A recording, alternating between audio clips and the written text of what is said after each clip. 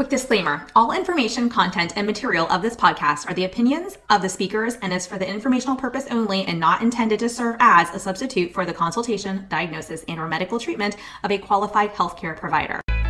Welcome to the Untethered Podcast. I'm your host, Halie. I'm a certified orofacial myologist, feeding specialist, SLP, and mentor. This podcast is all about getting your questions answered and collaborating with colleagues to bring you the most up-to-date information in the orofacial myofunctional therapy, tethered oral tissue, and airway space. I challenge you to keep an open mind and join my mission to get this information out to the masses. Let's get started.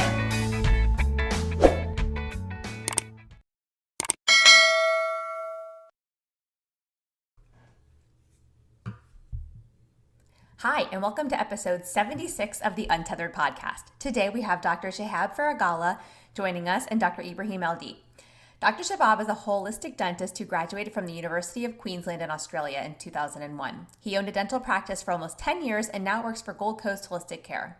He has completed coursework in temporomandibular joint dysfunction, sleep dentistry, buteyko breathing, and now specializes in treating children with orofacial muscular imbalance. He co-invented and co-founded Myospots Australia in 2018. Dr. Ibrahim El-Deed has a PhD degree in pharmaceutical sciences. He has almost 20 years of laboratory research experience in the field of drug design and discovery. He published more than 30 research papers and has 6 drug discovery patents. Ibrahim's research interests are mainly in the field of infectious diseases and respiratory viruses, with a focus on discovery and development of novel antiviral agents against parainfluenza virus. He works as a research scientist at Griffith University in Australia and is also the co-founder and co-director of Myospots Australia. Okay, so we're pretty laid back here as well. I love it. Queensland's the laid back state of Australia. It's amazing. One day I will make it there when we're not in the middle of a pandemic. Okay. All right. Ready? Yeah, sure. Okay. Well, Shehab and Ibrahim, I want to thank you both so much for joining me today on the podcast. I'm really excited to have you here. Thanks, Halie. Pleasure. Yeah, thank you, Halie. Thanks for having us. So I would love for you to tell us, obviously we're here to talk about myospots and a bit more beyond just myospots themselves, but give us a little bit of a backstory on myospots and how they came to be. Okay, well, I can probably give a little bit and Ibrahim can elaborate, but my story starts with the stoma adhesive and what we used to use for patients. And the problem was that I wanted to train people, children especially, to raise their tongue, to nasal breathe. But one of the issues was I suspected that the stoma adhesive had some additives that I wasn't comfortable with because I'm a holistic dentist. And those additives were, as I spoke to Ibrahim and discovered more, it turned out that some of them were rubbers and synthetics that weren't supposed to be used, and they weren't even indicated for oral use. And then later on I found out that the material had porcine in it, which is pig meat, and unfortunately that doesn't go well with vegans and vegetarians initially, and Muslims and Jews, and some people who just want to be fully informed. So that excluded me from being able to use anything that has the same concept of dissolving in your mouth. And that's when we thought, well, Ibrahim was the first person I approached actually, and he was the perfect person because he is very well qualified in the field of drug research. And when I spoke to Ibrahim, he then said, well, let's try and do this. And very quickly he was able to come up with a formulation that could work. And I'll let Ibrahim sort of take it from there, from what he did from that point on. I'm going to pause for 1 second. There's a little bit of feedback. I'm not sure where it's coming from when you were speaking, though. So I don't know if it's coming from Ibrahim or if it's coming, I don't know if it's the headphones and something from that. Do you want me to take them off? Oh. Is that better? I think that is better. I'll let you know if we hear it more. Sorry. Hold on a second. Can you pause for a second? I'll just turn off the fish tank bubbler. Okay. Yeah, I don't think I can hear that, but I heard a little bit of feedback from, and it might still be there even with the headphones off. So we will see.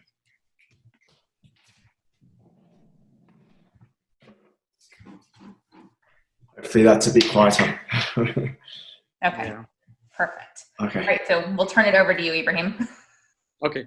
So we don't need to start from the beginning. I'll just continue from where. Yeah, I'll edit that out. So yeah, actually, as Shehab mentioned, to be honest, I was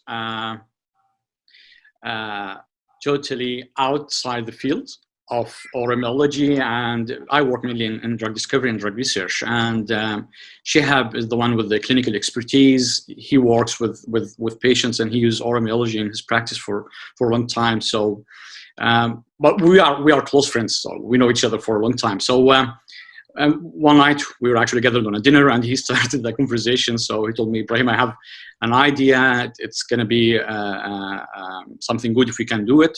And he started to explain to me actually what's oramology. And as you know, the idea actually was already there. The idea of the importance of tongue exercise and training people to correct their tongue posture, correction of mouth breathing, and the importance of nasal breathing. And to be honest, personally, I didn't know too much about it before. So it was very good educational session for me as well. And I started to read more to understand it. And again, it was the challenge actually that, okay, we know now what we need to have. We need to translate this into a product. So we need to have a product that's as natural as possible, safe, can be used by children, preferably has some flavor, safe sweetener, so it's acceptable. They love it. Yet it still adheres quickly, dissociates slowly, so it allows. Ideally, we're talking about 1 hour of tongue exercise. So we took it from there. We started to get some formulation testing, prototypes. And we start to produce product on a small scale, on a lab scale.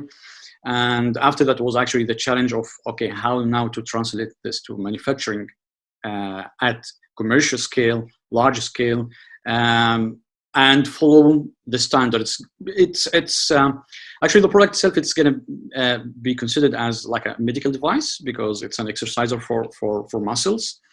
However, when you look at the formulation and the shape of it, it's more like a close to pharmaceutical product. So it needs to have a pharmaceutical quality. And just to make the long story short, so we approached actually a number of pharmaceutical manufacturers, started here in Australia, but we also were looking at those with high expertise in the field. So luckily at the end we managed to find a good partner in Switzerland, Sino Pharmaceuticals.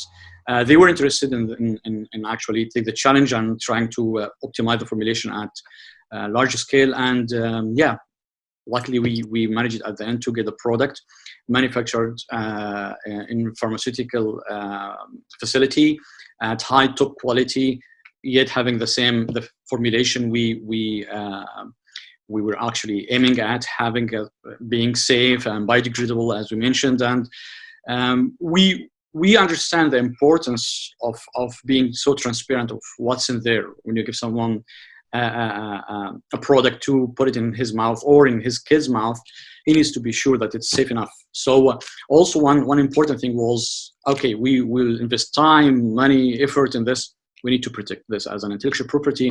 So that's actually why we filed a patent application before actually we move forward with industry engagement. And this actually gives us more freedom and confidence when we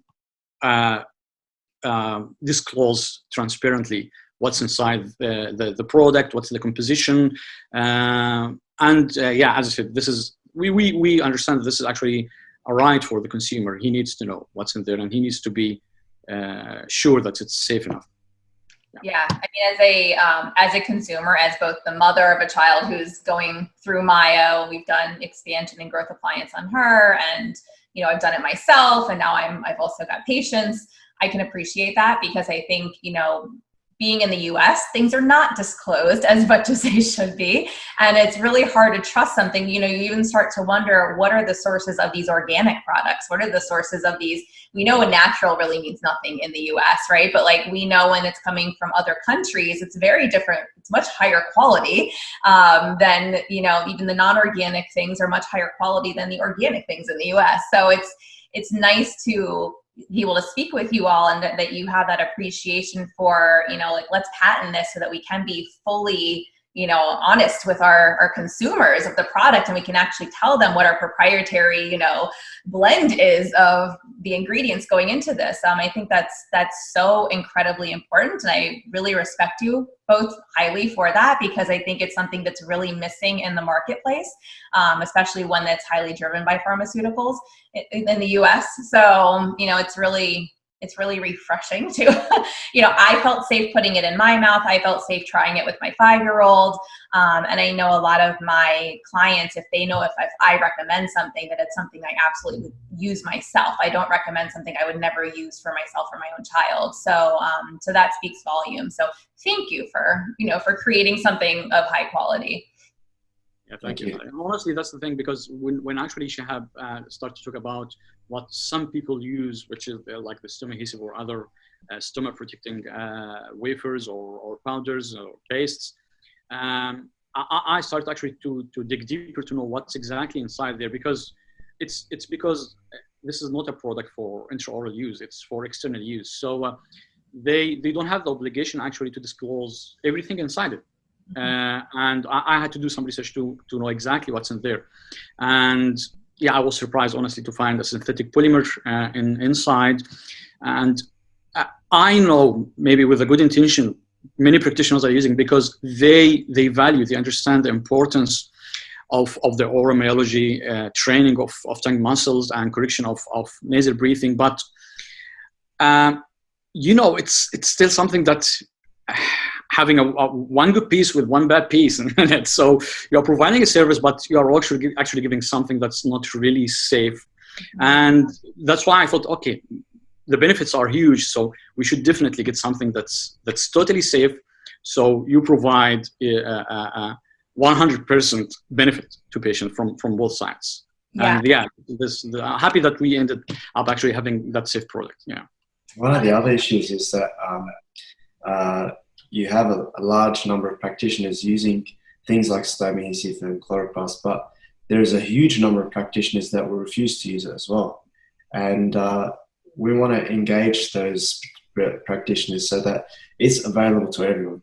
Because the problem is, if you have very reputable practitioners that are not, they have no tools to use it, and they refuse to use something that's not TGA approved, that's a Therapeutic Schools Association in Australia, it's not approved here, and it's not recommended or indicated for oral use, then they really have nothing to go by. And that was one of the reasons to try and engage the larger group of people, so that everybody has the option of being able to use something like that. Yeah, I mean, I had bought the chloroplast early on in my myo career, and I bought some other things, and I tried them on myself first. And when I tried to get it off the top of my mouth, I was like, I can't get this off. And one, the children are not going to like this, because if they feel like something is stuck up there and they're already orally defensive and it's not something they can easily remove, this is just not going to go well. That was number one. And I'm like, and number two, if it's something that really doesn't come off the top of my mouth, I don't think I want them swallowing that. That really doesn't seem, because the whole idea is that you're breaking it down over time, and it's flavored, and there's other products that have been made that have flavors to them but similar, very sticky, tacky, hard to get off of your alveolar ridge. It's like it's really stuck up there. So I tried it on myself twice. I think I ever used it with 2 patients, and I was like, I can't in good faith recommend this. Like, this is horrible. I mean, I know it achieves a really great thing, and we're talking about nasal breathing, and it's supposedly short term, but if I'm telling a child to use this daily for even 30 days, like, for me, I was like, I can't do that. So yeah. One of the other things as well is that Ibrahim and I sat down together to try and use ingredients that were already in use in food products. So we didn't want to use something that was outside of what's already. So we know, things like xanthan gum and agar and things that are used, tested, and there have been no issues, or from my knowledge, very minimal intolerances from them. So that was something that worked well to our advantage, because we found out, okay, these are the ingredients that work. How can we put that into the product rather than go the other way around? And that has helped us a lot. So. The main three ingredients, actually, they are food ingredients. So that's actually what the safest list of ingredients that we can choose from. So yeah, as you have mentioned, we start to look at what could be the safest list of ingredients that we can choose from. And one more point also actually that I want also to highlight, that when, as a person from like I would say external to the oral myology field, when I started to look into the field and what research is available in it, I started to realize the gap further, because you'll find huge amount of research talking about the problems of mouth breathing and the importance of nasal breathing, linking mouth breathing to a list of conditions, which we will probably highlight quickly in our interview today. But I didn't find probably any proper research that contains an intervention, how to correct mouth breathing, to convert the mouth breathing, chronic mouth breathing to nasal breather, and measure the effect of change. Which is very important research that actually represents a big gap in the research area. And the simple reason why, because there was no proper tool. And that's another key issue, honestly, if you also look at the medical research space. Because as you mentioned, having the stomahesive or other products that are not actually approved by FDA or TGA here in Australia, or proper Food and Drug Administration authorities, makes it almost impossible for clinicians or researchers to get ethical approvals to use this product for patients. So this made a gap. This made a big gap, and this is actually why, as Shehab mentioned, so many practitioners, they avoid to work with oral myology, because they know that there are issues and there is lack of tools. So hopefully this tool will actually make a change, big change in the research area as well. Yeah, and as the therapist who does this type of therapy, I appreciate it, because, we can teach a patient where the spot is, right? 2 to 3 millimeters behind your upper central incisors. Put the tip of your tongue up there. Let's hold it up there. Great. Okay, you can do that in my office. Let's play a game and hold it up there for 15 minutes. Great. You can do that in my office. Now go home and do it.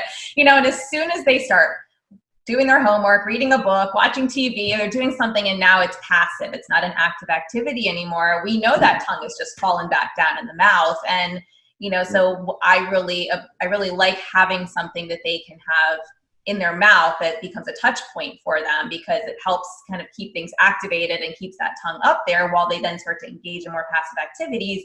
And now we can rewire the brain differently, right? We can start to change those neuromuscular patterns and actually create effective change. And so that's where I think it's so important to have, a product like this that allows us to actually generalize what they're doing in office or doing for homework and make it an actual, lifelong change. So that's, I think it's really fantastic for that purpose. And also the biodegradable nature of the spots actually ensure that the spot will not dissolve unless actually it's being touched by the tongue and distributed in saliva. So if the tongue is just sitting low, ignoring the spot there, it's going to take much longer actually to dissolve. So you can know initially that, if it takes like 3 hours instead of 1 hour, that, the tongue is too lazy, it's sitting down, it's not actually waiting enough. And you can observe by time that this 3 hours is becoming 2, is becoming 1, which means that, the tongue is actually changing the habit and it starts to elevate and touch the spot. That's a really great point. I like that. It becomes like a diagnostic tool. Yeah. No, that's a really great point, because, I've started to see some others who have either purchased Myospots, or some, you guys have sent some samples to some colleagues of mine. And so everybody's trying them now on Instagram and showing, okay, this is where it is. Okay, that was pretty easy to put in, and it's still in there. 10 minutes later, it's still up there. So I think no one really had this idea that it's actually going to be up there for an hour, even if my tongue is on the spot. So when you said that, I was like, oh, that's really good. That's some key information, because I think also parents can help to monitor it a little bit better at home. We'll say to parents, well, how's it going? Is their tongue on the spot? And they'll be like, well, the mouth is closed. And I'm like, well, that doesn't tell me anything. The mouth can be closed with the tongue down. The tongue can be between the teeth with the mouth closed, or even up against the teeth. And so I think this will also give parents a better way to monitor that. So at home, they can actually give us real feedback to say, well, the spot, actually dissolved after 2 hours or 1 hour or however long, when they go to check in, and then hopefully the child won't get, as frustrated with them being like, what's your tongue doing? Let me see in your mouth. What are you doing? Is your tongue up? Because every time you ask, of course, the kid goes, yep, my tongue is up. It's on the spot. And I'm going, I don't know about that. So that's wonderful. You may even notice changes in the salivary flow as well. So initially, when their mouth is closed, it may improve over the following weeks. So it might disassociate or dissolve quicker. Okay. And that's something we haven't really tested, but that's something that may occur. Yeah. And we do have some of the flavors that are in the pipeline that will actually put a little bit of stain on the tip of your tongue, so that you can actually go, okay, show me your tongue. And when they poke the tongue out, if it's got the color in there, they'll be natural colors, but that you'll see the color and you'll know that, okay, you've been putting your tongue up or you haven't. Yeah. And so that can be used as a diagnostic tool, and parents can look at their tongue, their children's tongue, and say, yes, you've been doing correctly. Practitioners as well. So it makes a big difference when you're able to say, okay, their mouth is closed. How do I know their tongue's going up? One is that you can look at the time of dissolving. If it dissolves within like 45 minutes to an hour, then you're on the right track. If it's extending there for a couple of hours, then there's a problem. And two, with some of the other colors that are coming out, you'll be able to tell. So that's great. That's a good way of knowing. That's great. As sometimes we have kids who are going, oh, I don't know if there's like a posterior tie here, maybe a little too tight, and they have a tendency to, they'll say their tongue is up, but they put the tip of the tongue too far back in their palate. And sometimes they'll even flip their tongue. So they actually make contact with the spot, but it's with the underside of the tip of their tongue and not the actual tip of their tongue. So that's really cool, especially because when I tell parents this, they're like, they kind of like, they don't really understand the full extent of what I'm saying. They're like, but the tongue is up there. Isn't that the whole point? You want the tongue to be up. I'm like, yes, but we really want more than just the tip of the tongue resting up in the palate. So we can't have the tongue flipping over this way. So I think if we can show them, well, hey, look where the spot is, it's leaving a little color right there. And parents can see that. I think whenever we can visually show the patient, whether it's a child or an adult, or definitely the parent of a child, that feedback is so very valuable. Yeah. And sometimes I even get the children to put it in the posterior part of the palate, of the hard palate. So they've got two up there at the same time. I usually get them to do that maybe 2 weeks into putting one spot. And then I'll put two. So then by that time, you should see like a couple of spots on the tongue. That's elevated. That's a good idea. I like that. Now, do you see, I know that we can talk about, changes in behavior and sleep and all that fun stuff just as a result of the tongue being up in the palate. But when do you feel like we start to actually see changes? Like, has there been any work done within your clinic with your office as far as children using it and knowing that the tongue is actually up on the spot, and after a month or after 2 months or anything along those lines, we feel like parents might also start to see other things changing within their child, whether it's better sleep or, any thoughts on that?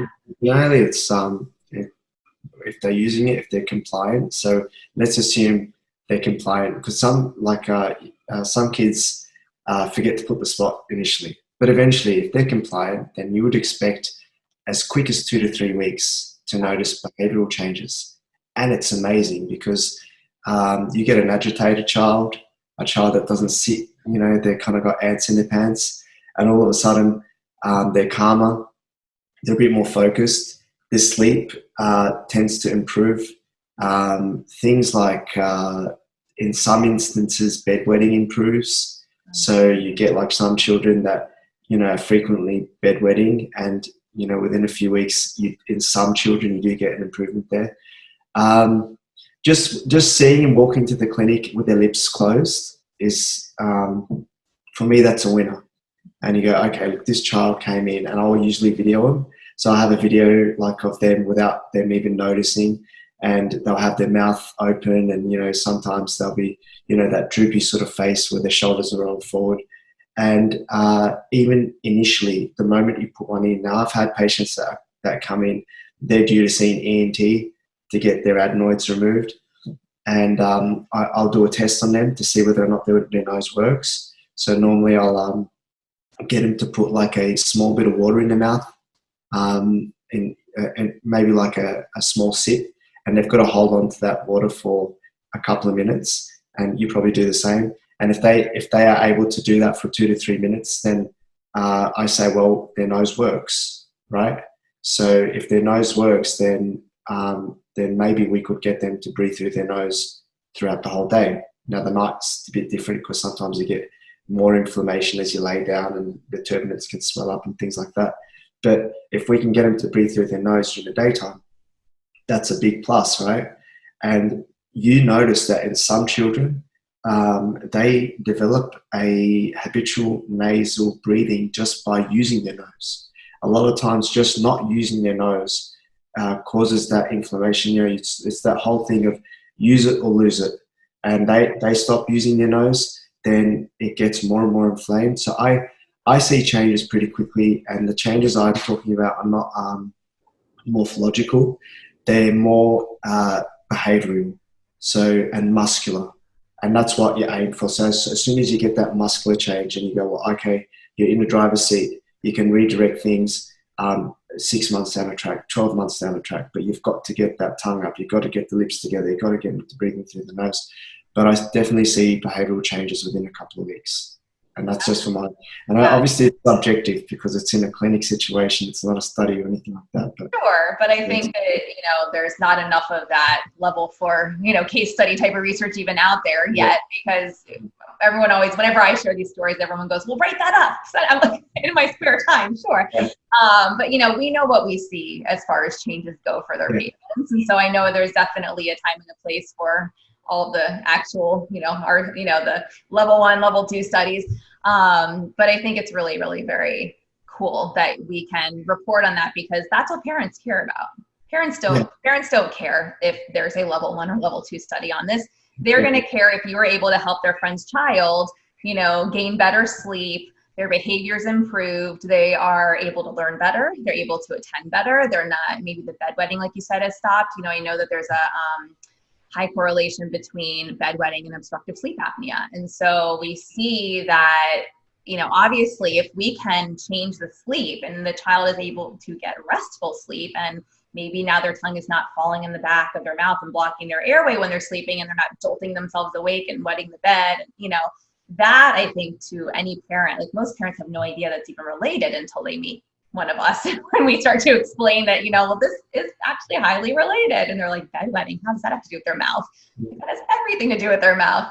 I think that those are some big life changes that when we can get those quickly for a patient, that really gets them on board. And then they're like, okay, what else do we need to do? Let's do this.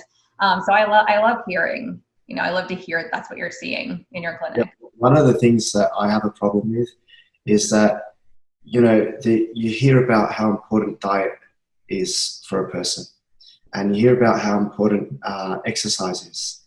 Everybody knows it, but nobody knows the importance. Well, I shouldn't say nobody, but a lot less numbers know about the importance of nasal breathing and lip seal and tongue posture.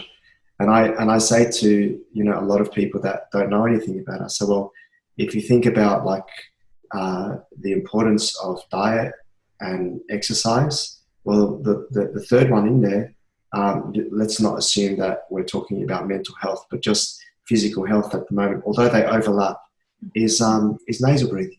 And if you're doing the other two, but you're not doing the nasal breathing, then you're missing out on a lot of health benefits. And actually, you can have the opposite. It can actually really damage your growth and development.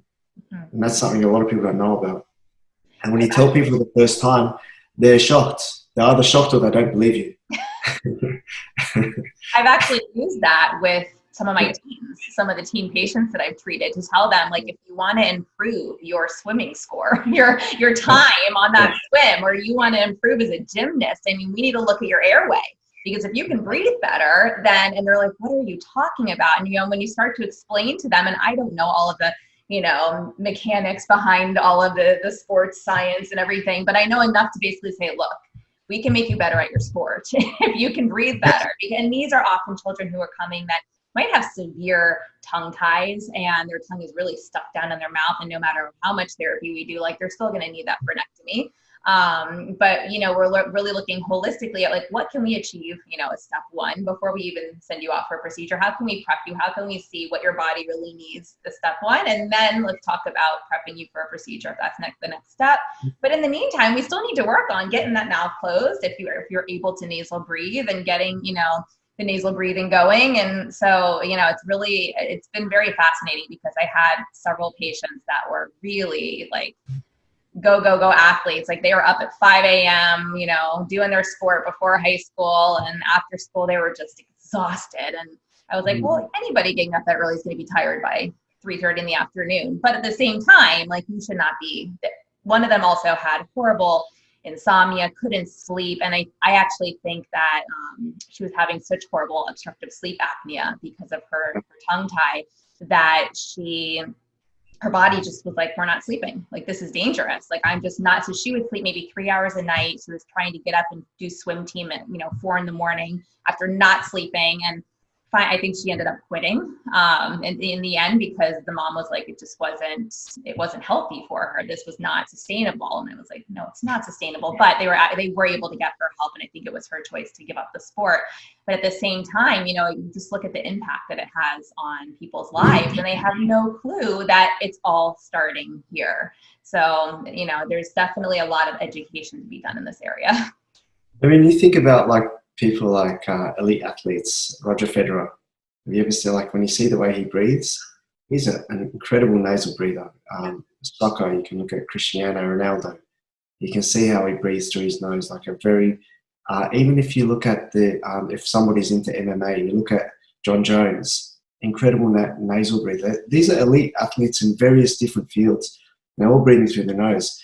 Golf players as well. If you look at all of those, the best often breathe through the nose, but there are some exceptions. I think the American swimmer Michael Phelps, he shows a mouth breather, but he's an interesting case because when I look at him, the amount of exercise he does, he's maintaining an elevated carbon dioxide level just by the amount of exercise. Long term, I don't know how he's going to be, but he's able to compensate for that because of the amount of swimming. He's doing hours and hours, and he eats 10 times a day or whatever it is. I'm not quite sure, but the amount of calories he consumes. But generally, if you want to do a sport where you need calmness of mind, you need focus and all those kind of things, mouth breathing is essential. And a lot of people don't realize that. Nasal breathing. Mouth breathing is detrimental. Yeah. So. Yeah, no, and there is some discussion, I don't know how much truth there is to this, that Michael Phelps apparently is now working on his jaw and really? Yeah, so he was actually out of Baltimore, Maryland, which is like an hour from where I live, and so there's a lot of people around here who are like very pro Michael Phelps because he's from my town, and so that whole everybody in America loves Michael Phelps, but yeah, so it's interesting because there's, when you get together with other myofunctional therapists, obviously it's very easy to look at celebrity pictures on the computer and go like, oh my goodness, like look at that jawline, or look at this, oh, I bet you that they have a tongue tie, or I bet you that they don't nasal breathe as much as they should. It's like when you put your myo eyes on, you just can't take them off. So, but it's, his mandible is incredibly small, and so it is interesting to look at the shape of his face, but also to see how much harder he must have to work to overcome. I wonder if he had something like asthma when he was younger, or I'm not. I actually feel like I've heard that he did. Yeah, I feel like I heard that he had a history of airway issues, and it's fascinating. I'd have to go back and look to be sure, but yeah, it's always fast. I'd love to have him on the podcast and talk to him about what he's doing. Yeah. That'd be cool. Yeah, but it's very interesting because I follow some other people that I've just been in business with in the online space. We're not in this space.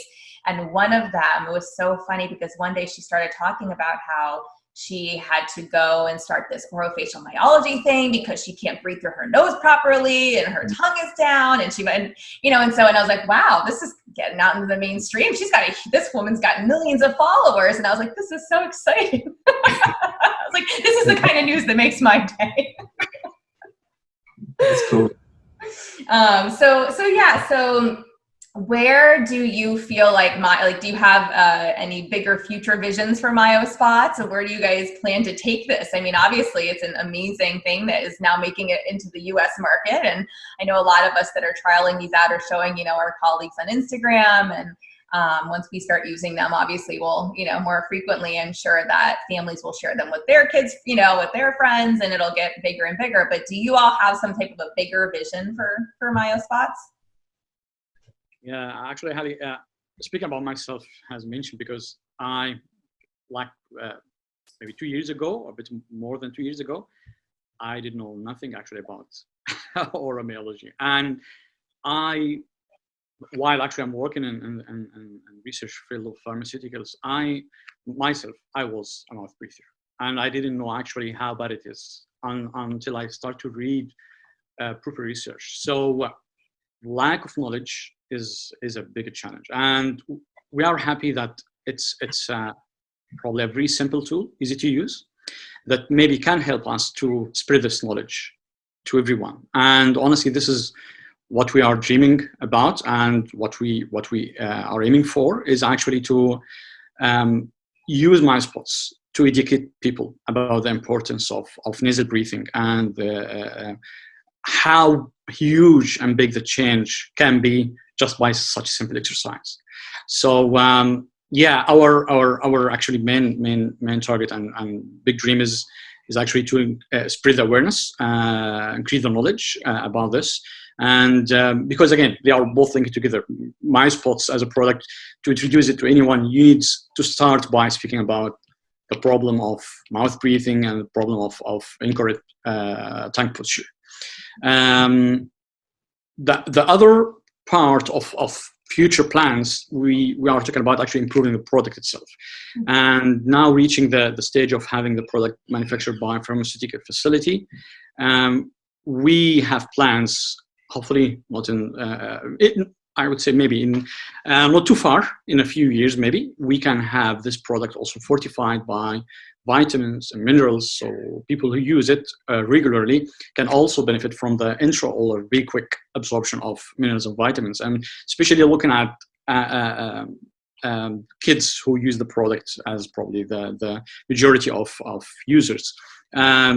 They will probably have some other issues, have some deficiencies in vitamins and minerals. So if they are using the spots 2 or 3 times a day for a few months, it's going to be very good also to get a dual benefit. So this is also actually what we have in mind, and we already working on research, and it's not going to be a very difficult thing to do, because with the current manufacturing method we use, it should be easy. That's great. So I have a question, Shehab, about your clinic. So do you primarily do dentistry? Do you also do orofacial myology? I think our listeners would be curious to hear, what do you actually have in your clinic, or how do you operate, I guess? Well, I work for a practice. The main place I work at is called the Gold Coast Holistic Dental Centre. And I do mainly there, I do a mixture of dentistry, but probably half to 3/4 of the time I do oral myology there with children. So I work between the age bracket of 3, sometimes 2, right up to about 15 years old.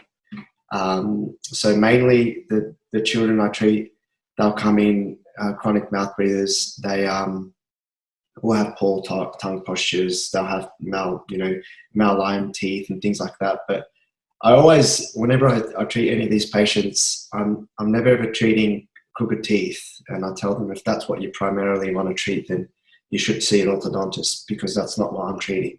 And as soon as they understand, okay, look, this guy's actually treating the musculature, and that there is a problem, and it can be fixed. So some of them will choose to, as a standalone treatment, they'll come in and get the oral myology, and I'll use a combination of things like Myospots, and I might use palatal expanders, and I might sometimes use different types of taping methods for their mouths, and a whole bunch of different exercises. And so some of them, if they come in nice and early, and I'm talking about 4 or 5 years old, I can actually get them to a point by the time they're about 6.5, where hopefully they'll be okay, and they've developed really good habits. They can breathe well. There's a lot more space in their mouth, and then they can go from there. Then you get some other patients that will come in and say, look, we're going to go to the orthodontist, and we have an orthodontist in our practice as well, and we have a dentist who practices orthodontics. So what will happen is that they'll come and spend 3 months with me, where then I'll teach them how to breathe through their nose, how to elevate their tongue, how to improve their orofacial musculature. So things like you already know, like when they swallow, there's no movement in their mouth and things like that. And the moment they've developed, the strong tongue muscles and these muscles here start to relax, then they can go afterwards and get their orthodontics done. Because what happens is that now this is all stable, so their orthodontics should be, in theory, quicker, because their tongue is helping to promote the expansion and retaining. And additionally, if you've got things like anterior open bite, which is it responded really well to this type of treatment. So rather than trying to pull teeth to sort of go back to where they are, where you teach them to put their tongue out of the way so their teeth start to come to the right place. And then once that happens, well, it makes the orthodontist's life so much easier.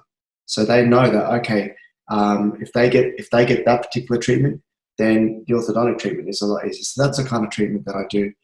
And I spend a lot of time with children, one-on-one. So yeah, I don't like that. I know some practices, they treat it in groups. So they'll treat like 5 or 6 kids, but I prefer just to treat them one-on-one and put the focus there. I'm not saying one way is right, one way is wrong, but that way I put my energy. It means that I can't see as many people, but it seems to work quite well for me. No, I appreciate that, because you know a lot. It sounds like you knew a lot about the Myo, and I wasn't quite sure like how much of a role you played in that. And I was like, I feel like you're working with these kids a bit more than like our traditional dentists here. So a lot of our holistic dentists here will take the courses so they have an understanding of what goes into orofacial myology, and it's they're taking a lot of the same courses that the myofunctional therapists take.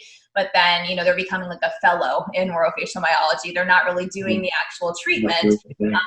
They're working with the team, like you said. And so either maybe like a registered dental hygienist might be doing it, or a speech pathologist, or so on and so forth. So that's really cool. I can appreciate that a lot, because, obviously you have the dental side, but then you also have the myo side. Which is really nice to understand as well, since, you've obviously created a product that you weren't just saying, oh, these kids need to keep their tongue up in their mouth. Like, you really get it, because you're working with them both on the dental and the myo side. So I love that. And, my daughter, go ahead. Sorry. We recently had a case of anterior open bite, and this was amazing, because it took from, I don't know how far, but probably about that much open bite, and what would that be? Almost like 0.5 centimeter. And so that took us 6 weeks, and the teeth are just about touching. And that was amazing. I'm like, whoa, that just blew my mind away. Not every case responds to that, you've got to be honest.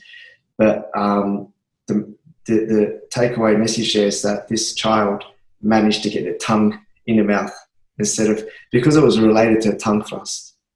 Mm-hmm. Some are related to tongue thrust, some are related to thumb sucking, some are related to digits, or whatever it might be. But in this particular case, it was a tongue thrust, and 6 weeks, almost complete resolution. And so with this particular child, we'll probably keep him on the therapy for another few months. And if they're all good, they're good to go. And so it does happen. You do get really cool results. And I wish all orthodontists will use oral myologists a lot more, because they make the perfect team. And there's in some situations they see each other as competition, but really they're part of a team. And if they work together, they can optimize the results. They can get quicker results. They can get more efficient results, and that would be ideal. And that's something we're trying to promote as well. That's fantastic. I feel like the DC metro area where I am in the United States is starting to come around. We've got several holistic dentists nearby. I work very closely with one who's a good friend of mine who I actually grew up with. And she and her partner, they both own the practice, and her partner does more of the orthodontic. They both do dental work, but they do dental appliance. And then she actually is an orthodontist as well. So they use the ALF appliance, DNA, AGA, the list goes on. And so they really try to match the right appliance for the right patient, which is wonderful. And they also understand the importance of, myofunctional therapy, which is wonderful as well, because we work really nicely together. But what I've started to notice is that more and more traditional orthodontists are starting to refer, and it started with the cases where they were putting dental cribs in, and they're going, this child is still getting their tongue around the dental crib, up against their teeth are flaring out, what is going on? They were really, they'll say like, they have a really stubborn tongue, or I'm like, well, this dental cribs, whatever. I'm not a dentist, so I won't comment on them, but I don't love them. And then we've got the kids who obviously go into orthodontic relapse, or the adults like me.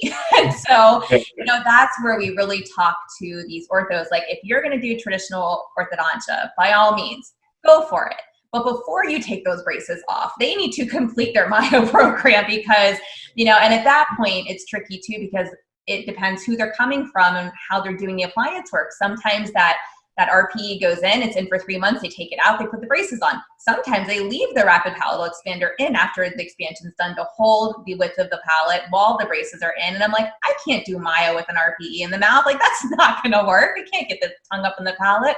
So it's, it's both frustrating on certain levels, but also I appreciate that they are starting to come around. And we've had some orthodontists who go, okay, well, if they've committed to working with you, I will take that dental crib out, but I need to know that they're actually being seen in your office before I actually remove it, because I don't want them to do further damage to their teeth that we worked so hard on. So it's definitely a dance. But I was that mom who at 4, my daughter, when she was 4 a year ago, was like, nope, we're putting the ALF in. We're going to grow this mouth forward and sideways. And it was pretty cool. She just had it taken out. She had it for a year, and she's, we're working on like 1 or 2 speech sounds, but as far as like thrusting her tongue when she swallows, her tongue is really up in the palate now. And right. I'm that mom who, my kids won't smile for a picture, but they'll suction their tongue to their palate at the same time. So it's like, we do myo is basically our life in this house. But do you know what? On that point, with a lot of the removable appliances, one of the things we did test early on was the adhesion of the Myospot to an appliance, and they stick. So there is some possibility to be able to put the Myospot on an existing. Now, you're not going to get the therapeutic effect of, like, for example, the neurofeedback where the tongue touches the palate and you get that sort of. You will get some kind of muscle memory forming with the tongue even touching the appliance, so you can actually put a spot up against the appliance itself, and that will help a little bit. So we did test that. I haven't been doing that very much, because some of the appliances that I make, there's a little space on the end spot, so I can actually get them to go there, and I can put the Myospot in that little space. But if you've got a palatal coverage, you may still be able to put the Myospot on the appliance and get the same kind of training. Good to know. It's good information. Yeah, I was using a DNA appliance, and it was like my whole mouth I was like, how does anybody's tongue find its way to the palate with this big thing in? It's just impossible to even fit my tongue in there between the top and the bottom appliance. But no, it was, I really like the ALF, especially for her, because the way that they notch the appliance, or, right behind the upper central incisors, it's almost like, hey, put your tongue up here. But a lot of the, they say that they're supposed to find their tongue's supposed to find its way up there because it's putting a teeny bit of pressure on that area. I still don't find that actually happens for my kids. They still, my patients too, like, they still need the myo program. So I think, even for them, like, Myospots would be fantastic to be using along with that appliance. Yeah, that's fantastic. I love it. I love it. Anything else that we haven't covered or that you'd like to add about the product or? I don't know, Ibrahim, any thoughts? No, I again, as I mentioned, just to be honest, because it was really fascinating to me to realize the wide range of impacts of mouth breathing, and how actually just a small change shifting from chronic mouth breathing to nasal breathing can make. Because, for example, I honestly, before going deeper into this, I was never expecting that there is a link, for example, between dermatitis and mouth breathing. And yeah, this is proved with high quality research. Different types of allergies, including dermatitis, rhinitis, asthma, they are all related to inhalation of large amount of allergens. And again, breathing through your nose actually allows you to filter most of these allergens and get rid of them before they reach your body and the respiratory system. So in addition, of course, to the snoring and sleep apnea, because probably this will be the main thing that most of the people would think of when you talk about effective mouth breathing, but also dysphagia, because chewing efficiency and swallowing efficiency, they are also very much linked to, in one sense, to the strength of oral muscles, and also to the mouth breathing. And as I said, because myself, I was a mouth breather, and yeah, it's really difficult to chew food efficiently if you are breathing and eating at the same time from the same space. So this also with another things. And again, as I said, I think it's a big mission. We actually dedicated to put all our effort in it to increase the awareness of importance of nasal breathing. But I think we need a lot of help from all people who are interested in this space to give us a hand and actually increase the awareness of importance of nasal breathing. Yeah, no, and I love the point that you made, because I think that it doesn't get said enough, and I don't think enough people realize that mouth breathing impacts how you chew and how you swallow. And when people say that, they're like, well, what does one thing have to do with the other? Well, like you said, it creates an imbalance in the oral musculature. You know, as soon as a patient walks into my office, I can tell which side of the mouth they chew on. I just look at their face and I'm like, they chew on the right side of their mouth. I can see that this side is more overdeveloped than that side. And so I'll have them, we'll do our eval at the very end. I always have them have a snack, and they have to do different things for me. And it's really silly. And I'm like, okay, we're going to chew it up. And right before you swallow, open your mouth and show me your tongue. And sure enough, it's either scattered everywhere or it's all the way on that one side where they chew, right? So, when you start to realize that this is also interrelated, and that mouth breathing, if the mouth is hinged open and the muscles are not activated properly and they're not being used properly, of course that's going to impact, sleep when they're sleeping, and what their mouth does when they're sleeping. It's going to impact how they chew, how they swallow, how they speak. It's incredible. I've received patients that have been in years of speech therapy, and they could not correct certain sounds. And then we do I basically tell the parent, look, your child, usually they have a pretty severe tongue tie if that's the case. Not always, but, I'm like, we've got a myofunctional disorder here, and there's a pretty significant tongue tie at play as well. And we need to see, I don't know if we need a procedure or not. Let's work through this for a couple of weeks and let's see what happens first. But when we get to the point of trying the program out, and the parents really sitting here going, okay, here's another speech pathologist telling me that we're going to fix the problem. And then the child actually starts to improve, and the parent is like, oh my gosh, wow. And the child is now graduated out of my office after 6 months, and that could even include a frenectomy, right? And we've now got him eating better, he's sleeping better, he's speaking clearly. And these are sometimes teenagers who sound like they are in kindergarten because of how severely impacted their speech sounds are. They're really hard to understand. And that also then ties into social emotional, right? It's much more farther reaching than everything we've talked about. There is that mental health piece that I know we alluded to much earlier on, and we didn't really talk about that. But the mental health piece of how they appear and how they, making friends, how easy it is to make friends. If people can't understand you, or you're a really messy eater with food all over your face, you're probably not going to be the most popular kid in school. And we've had a lot of kids who, we've just seen such a change just in a matter of weeks to a couple of months. All of a sudden they're more energetic, they're more outgoing, they're more confident. And so I think, and even adults, I've worked with adults who, it's impacted all kinds of things for adults. I had one realtor come to me who said, I just want to be able to say my wedding vows without being tired.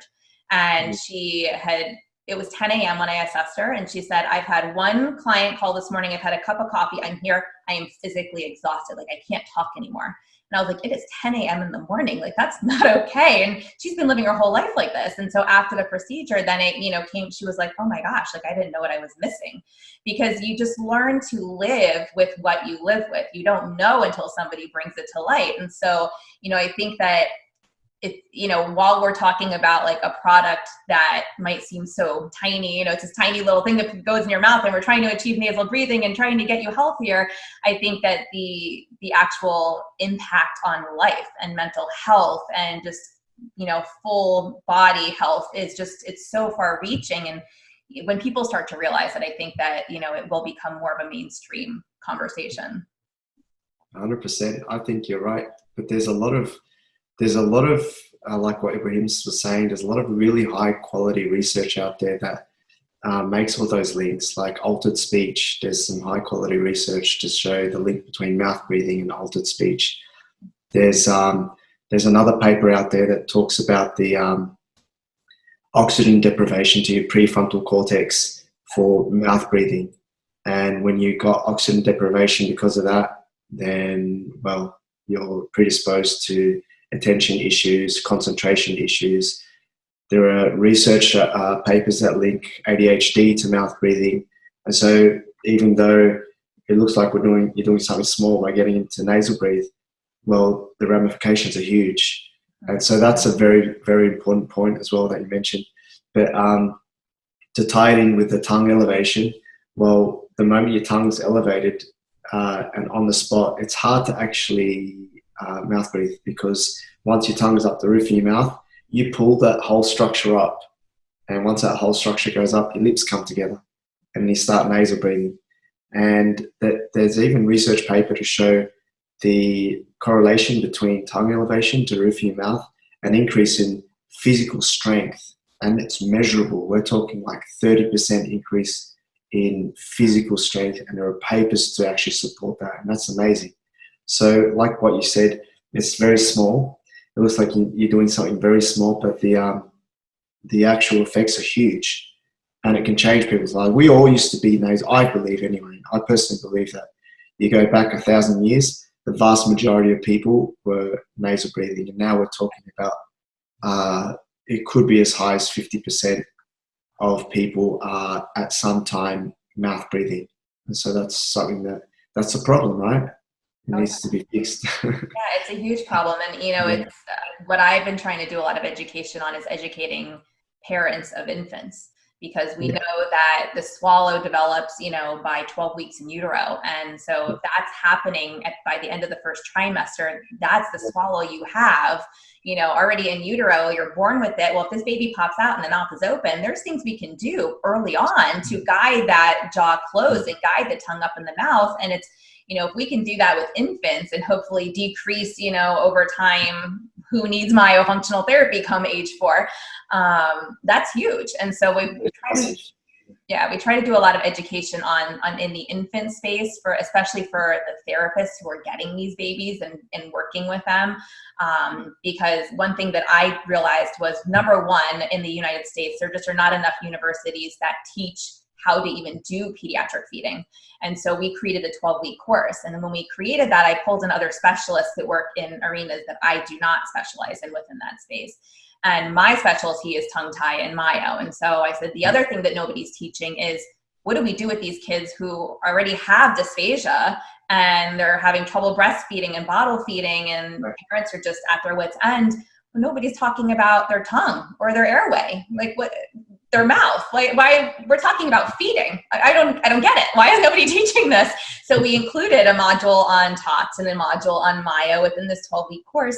And, you know, everybody's like, whoa, this just makes so much sense. And I'm like, if we approach this more holistically, like we're not doing like traditional myofunctional therapy on these babies. No, we're learning like, what is the goal? Well, the goal is tongue up on the palate, you know, tongue on the spot, mouth closed, nasal breathe. And if we can get a baby to do that, how much better their feeding is probably going to be. You know, it's just, we really have to look at it from birth, from in utero, because like you said, you know, going way back, this wasn't an issue. But now that we're so, you know, with epigenetics and how over-industrialized things have become, and how we, at least, you know, in the US, everybody's eating such processed foods and things that are broken down, we're having a collapse of airways, a collapse of the jaws, you know, and so that's, you know, I have my whole family going into appliances, but I know that's not typical of everybody out there.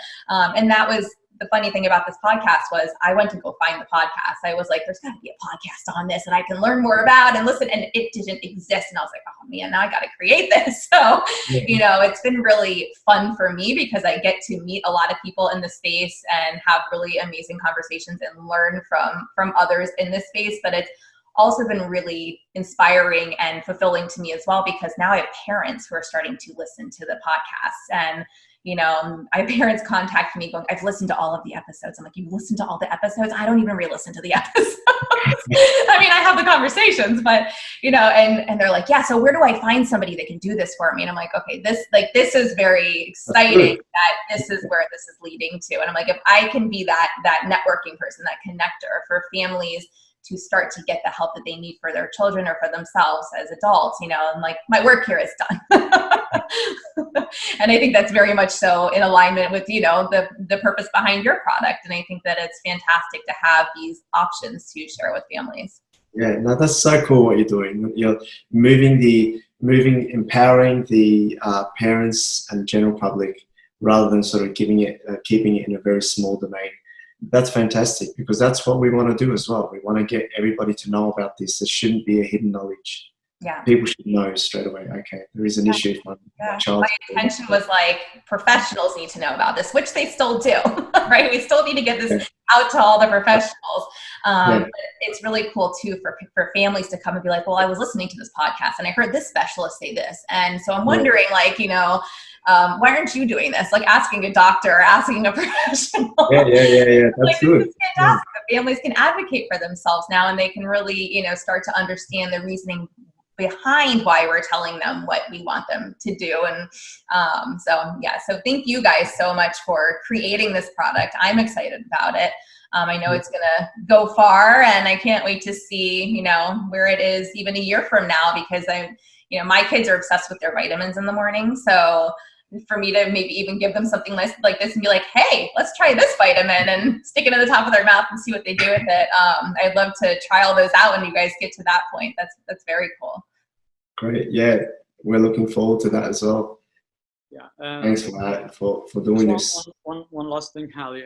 Just a quick message that we would actually love to deliver through your podcast is, yes, as we said, that the best way to standardize a protocol of treatment is actually to do proper research and bring it to people through proper research. And as you said, we, of course, like everyone else, is trying to protect his own intellectual property, but we are encouraging actually everyone who is interested to take part in research through his own expertise to do it. And we are so happy to provide all type of support and help we can do. So as we said, because nasal breathing and the complication of mouth breathing actually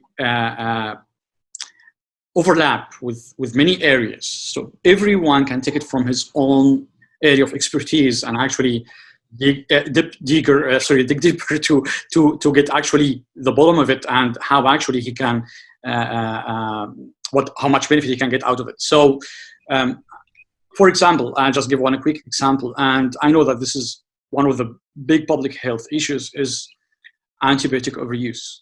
So when we talk about chronic inflammation of tonsils and adenoids in children, which actually is highly associated and linked to mouth breathing, So once you correct it, go back to the root. Once you correct this, instead of having 10 to 12 infection episodes throughout the year, they can drop down to 1 or 2.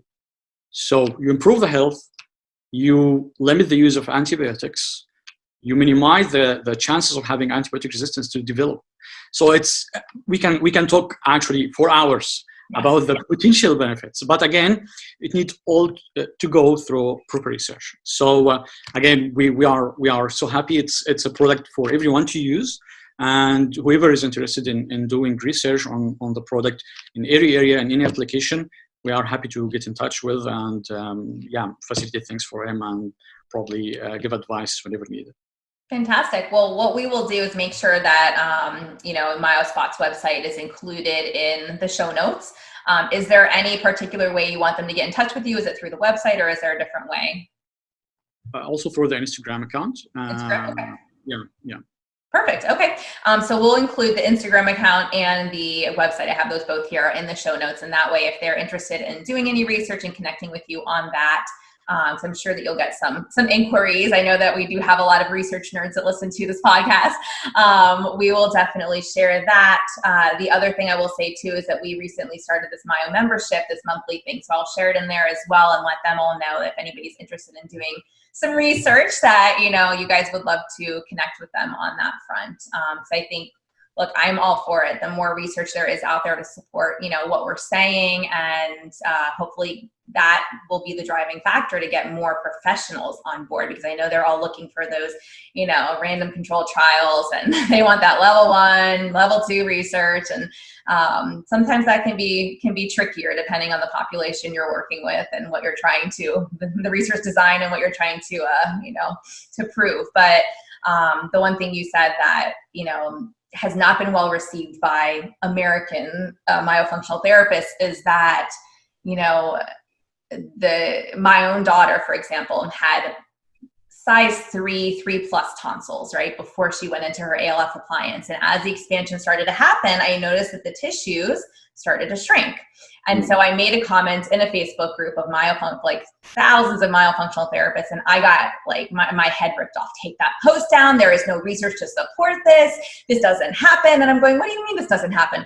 She used to breathe through her mouth. She had hugely inflamed tonsils. You could see veins running through them, but she was never a kid who really got sick, so they didn't want to remove them. The ENT said, his words were, they're unimpressive. And I was like, I'm very impressed by those tonsils, because I'm very concerned about how much they're blocking her airway. And I'm also very concerned about the fact that maybe her adenoids are also enlarged if her tonsils are that severely enlarged. They weren't kissing, but I'm like, we all know that narrows the airway. So she went into that ALF appliance. She did not get sick once last winter. She, the tonsils went down. They're still down. And so they're maybe a size 2 now, but they're a size 2 and they don't look inflamed. They look like they're just kind of hanging back there. And, I'm like, I'm okay with that, because her airway is large enough now. We know that she can nasal breathe. She's sleeping with her mouth closed. She sits, passive activities with her mouth closed during the day. The tongue is up. And so I'm confident that we're good now, right? But I also know that had to do with the combination of the oral appliance and the orofacial myology together. So anyways, all that to say, I would love to see, research in that area, because it's been hard to get even the myofunctional therapists who see this in their practices on board with actually believing that, the tissue inflammation is related to mouth breathing. Was there mouth breathing in that situation? So it wasn't severe. It wasn't like a drop jaw with severe mouth breathing, but she was definitely, her mouth was always slightly open. Yeah. And when you go into preschools, it's a cesspool. It is just, there's a lot of germs that you experience. And so she was constantly getting sick, but not getting sick to the point where they wanted to put her on antibiotics all the time. I'll send you through a couple of papers that indirectly support what you're saying. One of them shows that the inflammatory mediators are higher. Now we're talking about 2 or 3 times fold higher in mouth breathers versus nasal breathers. So you get a drop in inflammatory mediators the moment you start nasal breathing. And inflammation, as you know, that's why they call it inflamed tonsils, because they're inflamed because of inflammation. So that's one issue. The other thing is that palatal expansion has been shown to increase the volume of air going through your nose. And that just increasing the volume of air, it creates like your fascia starts to move and starts to remove and recontour. That has a huge effect as well. And the last point was the nitric acid oxide. That has anti-inflammatory effects in itself. And it does cause some vasodilation in some areas in your lungs. And it may even cause vasoconstriction in some other areas related to your tonsils. So put all that together, you can make an argument that your tonsils can get smaller in some situations by starting to use if you're able to, starting to use your nose more often. So I'll send you those papers, Sophie. If you run into those people again, you can actually say, here you go, have a look at these. What do you think? Now, yeah, you do need more research to specifically look at that, but there is a lot of evidence that's starting to show a different picture about nasal breathing versus mouth breathing, for sure. I love it. That's fantastic. Made my day. It's, you know what you see in your patients, you know what you see in your own child, right? But until sometimes there's that physical evidence and you've written in a journal somewhere to support what you're seeing or saying, you're always going to catch people who disagree with what you have. And even when the research is there, so sometimes they disagree. But, with running this group that we're running now, one of the 4 pillars is pulling together research reviews for our members so that I've got a couple of myofunctional therapists who are also speech pathologists who we're trying, whatever the monthly topic is, we're trying to source research related to the monthly topic so that we can review it for them, tell them what level of evidence it is, really just tell them, like, this is what they did in the study, this is what the results were. And that way, when we do come up against other providers or even parents, we can say, well, here's a nice 1-sheet explanation of this research article and this research article and this one. Yeah. Because I just think that if we can make more sense of the research that's out there and try to, integrate it and pull it together, that's really going to help everybody. Sure. So I would love to see those articles. Yeah, we'll send them through. Thank you. Thank you. Any last words? This has been fantastic. No, really, look, I'd just like to thank you and thank everybody who listens. That we really appreciate that you're bringing the word out there for not just Myospots, but all types of holistic approaches to trying to, improve the health of children through nasal breathing and mouth breathing, reducing mouth breathing and all that kind of stuff. So, yeah, we really appreciate this. Thank you very much. Thank you. I appreciate it as well.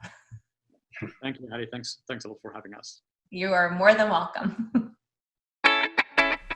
Thanks for listening to this podcast. If you want to hear more of these myo, tots, airway, and feeding related episodes, be sure to leave a review on Apple Podcasts or pledge a small amount on patreon.com/the Untethered Podcast. If you found value, others in this space will too. So be sure to share this episode on your social media platforms and join us over on Facebook, on my Facebook page at Halie Bulkin Biz, on Instagram at Halie Bulkin, and you can head over to theuntetheredpodcast.com to grab a copy of the show notes, where you can also subscribe to be kept up to date on the latest podcast episodes.